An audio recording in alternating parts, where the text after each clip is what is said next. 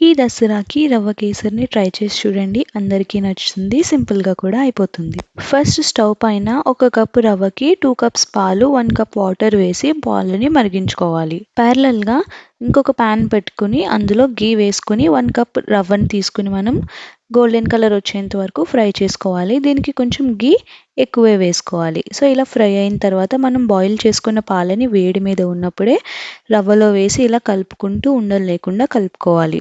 ఇలా కలుపుకున్న తర్వాత ఇది మొత్తం దగ్గర పడుతుంది. ఇలా దగ్గర పడిన తర్వాత రవ్వ ఎంత క్వాంటిటీ అయితే తీసుకున్నామో అంతే క్వాంటిటీ షుగర్‌ని కూడా వేసి మొత్తం అంతా మిక్స్ చేసుకోవాలి.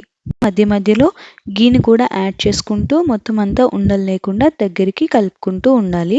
ఫైనల్‌గా మనం ఘీలో రోస్ట్ చేసుకున్న డ్రై ఫ్రూట్స్‌ని ఇందులో వేసి కొద్దిగా ఇలాచీ కూడా యాడ్ చేసుకుంటే ఎంతో రుచిగా ఉండే రవ్వ కేసరి రెడీ. ఇలాంటి ఎన్నో ప్రసాదాల కోసం నా ఛానల్‌ని సబ్స్క్రైబ్ చేసుకోండి. Thank you.